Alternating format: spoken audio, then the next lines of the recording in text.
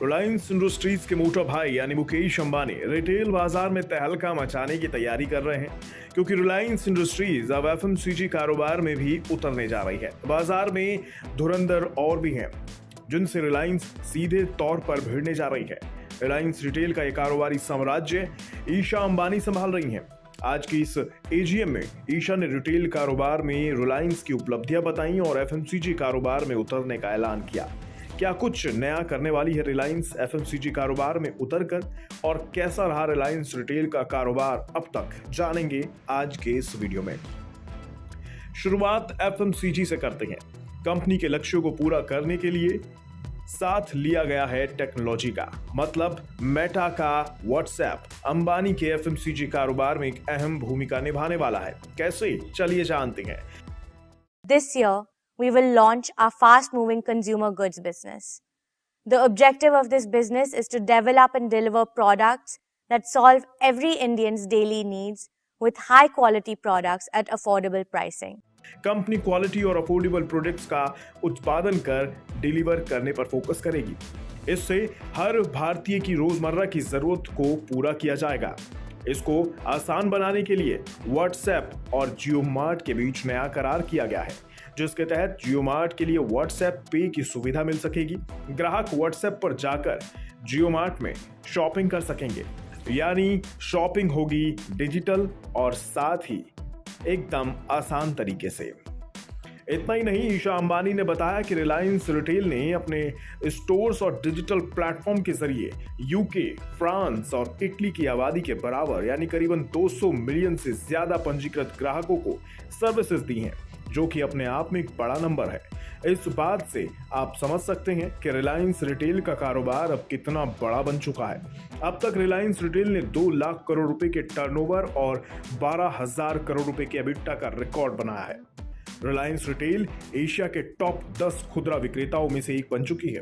Reliance consumer electronics में देश के 7,000 शहरों में 8,700 स्टोर खोलने पर काम कर रही है, यानी देश भर के शहरों में रिलायंस के स्टोर्स आपको बड़ी तादाद में देखने को मिलेंगी। ये तो बात हुई रिलायंस रिटेल के भौतिक यानी फिजिकल स्टोर्स की। अब आ जाइए डिजिटल पर। डिजिटल प्लेटफॉर्म की बात कर लें तो इस मुद्दे पर ईशा अंबानी ने बताया कि अब तक रिलायंस रिटेल के डिजिटल प्लेटफॉर्म पर 4.5 बिलियन विजिट हो चुके हैं। पिछले साल की तुलना में इसमें 2.3 गुना की बढ़ोतरी हुई है। रिलायंस रिटेल के कुल राजस्व में इस ब्रांड का योगदान करीबन 65% से ज्यादा हो चुका है।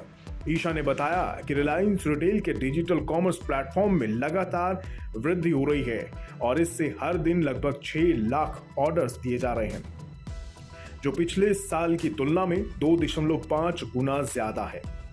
इसने वेयर हाउसिंग और फुलफिलमेंट स्पेस को दोगुना कर 670 मिलियन स्क्वायर फीट कर दिया है। कंपनी ने कुछ लक्ष्य भी रखे हैं, जैसे As part of our commitment to India's rich culture and heritage, we will soon start marketing quality goods produced by tribals and other marginalized communities across India. This will not only provide these communities with gainful opportunities for employment and entrepreneurship, but also help preserve the incredibly rich talent, skill sets, and knowledge base of our traditional Indian artisans, especially women. लाखों छोटे व्यापारियों के साथ जुड़कर उन्हें समृद्ध बनाने के लिए एक मंच प्रदान किया जाए। 2 साल पहले लॉन्च होने के बाद से अब तक इस ब्रांड ने मर्चेंट पार्टनर बेस को 20 लाख से अधिक पार्टनर्स तक बढ़ा दिया है।